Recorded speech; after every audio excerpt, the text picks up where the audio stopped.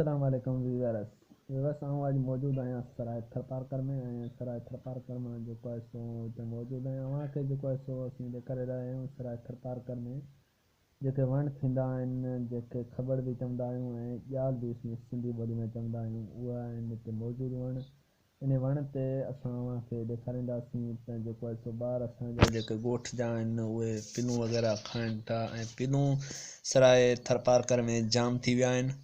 अमी भी ॾिसी था सघो ही जेको आहे सो सराय थरपारकर जो पूरो ही इलाइक़ो ऐं ही जेको आहे सो इन वण जे हेठि ॿकरी बि बीठी आहे। अमी ॾिसी था सघो असांजो जेको माल आहे उहो बि पिनूं खाईंदो, असां बि खाईंदा आहियूं। ही जेके अमी ॾिसी था सघो मुंहिंजे हथ में पिया आहिनि, बिल्कुलु ही साफ़ पिनूं ऐं सुठा पिनूं आहिनि। ही आहे सराय थरपारकर जी मेवात जेका पाण चवंदा आहियूं, हीअ आहे उहा मेवात। ऐं जेकॾहिं हीअ अव्हां बि खाइणु चाहियो था त पोइ हीअ जेको आहे सो खाइण जे लाइ सुबुह जे पहर असीं खाईंदा आहियूं ऐं हीअ सुबुह जो वक़्तु आहे। ॿार जेके आहिनि ॾिसी था सघो झूलो बि मथे झूलनि पिया ऐं खाइण बि पिया, टिपा ॾेई ऐं रांदियूं बि खेॾनि पिया। जेको हिन ख़बर सां गॾु जेको आहे सो मौजूदु आहे कंडो, जंहिंखे असीं कंडी चवंदा आहियूं, जंहिंमें आम ख़ासि तौर पर संगरियूं थींदियूं आहिनि। उहा बि थर जी हिकिड़ी मेवात आहे ऐं उन्हनि मां साग बि रिधंदा आहिनि ऐं उन में खटियो बि ठाहींदा आहिनि।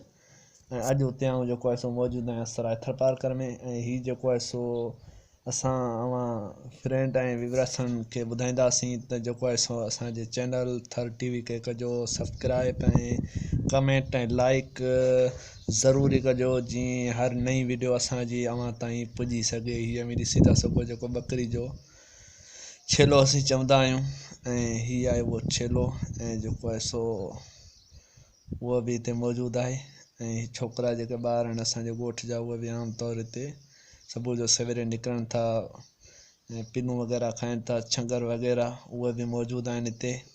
ऐं ॾिसी था सघो बोतलनि में जेके ख़ासि तौर जमा कंदा आहिनि, उन में पाणी वाणी लॻाए उन में चूंडा करे बोतलनि में हलंदा आहिनि, जीअं त थधा रहनि पिनूं। दोस्त असांजे चैनल खे कजो सब्सक्राइब।